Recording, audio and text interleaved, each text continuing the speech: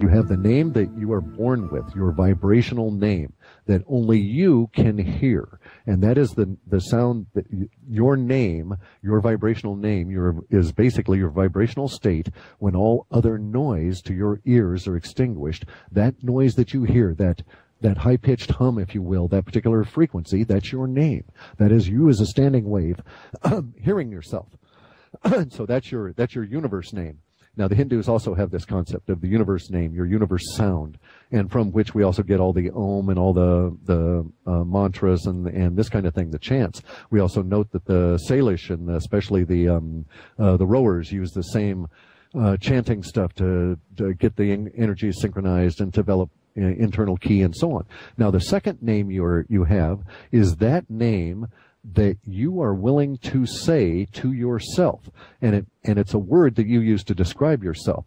And these are your two simple names, and then you have your complex names, which are your deceptive names or your raven names, and those are the names and the labels that we give to the rest of the world. Now, in the Salish, their tradition is not so dark as is the Hindu tradition, which goes to the Sanskrit, which goes to a great deal more history.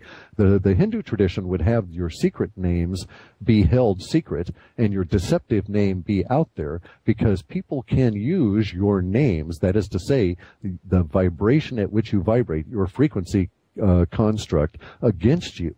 And of course, we know that entrainment exists in reality. I can take two old-style pendulum clocks, not involved with digital mechanisms, but are on our standard pendulum, set one going at one rate and set it on a wall, and then 5 minutes later set another clock with a different rate on that same wall, and they will entrain together. I can also do this experiment with other angles and planes and get those clocks to entrain. This also happens with neuro-linguistic programming. This is the whole point of spin doctors, to get all these minds entrained on the, what do they call them?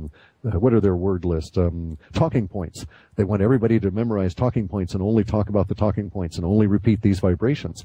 And this goes all the way back to John Dee, who was the original 007 secret spy for the Merovingian bloodline, which is the Windsors et al., the Queen of England and all of them. And they were of the opinion, even in the 1500s, that entrainment at a vibrational level could be used to control humans, and a good deal of the black arts of alchemy were used towards that effect.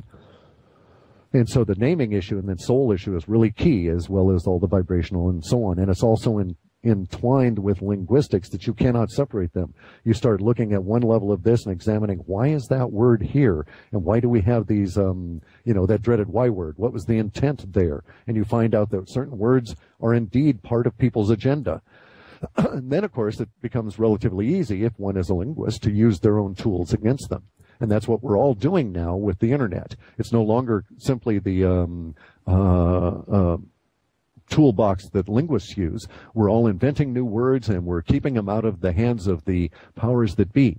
And let me point out one thing there, a feeling that everybody can relate to, I think.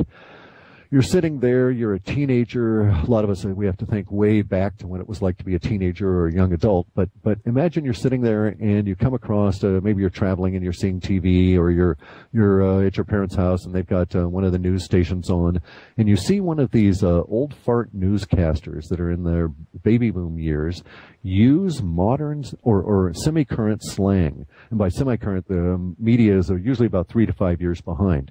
So they will use a word that is about 3 to 5 years out of date, thinking it is current. You will get a feeling that will start at the back of your neck and go down through your shoulder blades as you just basically mentally cringe at this old toad attempting to be a new frog, using the language that way. When you get that feeling, seize on it and remember it, and let your body remember it, because that's part of your internal sensory apparatus that is connecting your neural brain linguistic center with your actual intuitive brain, which is around your intestines. And that intuitive gut, as we know, is what keeps people alive. It's really a good survival factor. So when you hear people using language inappropriately to the point that it makes you cringe like that, you know somebody's driving an agenda.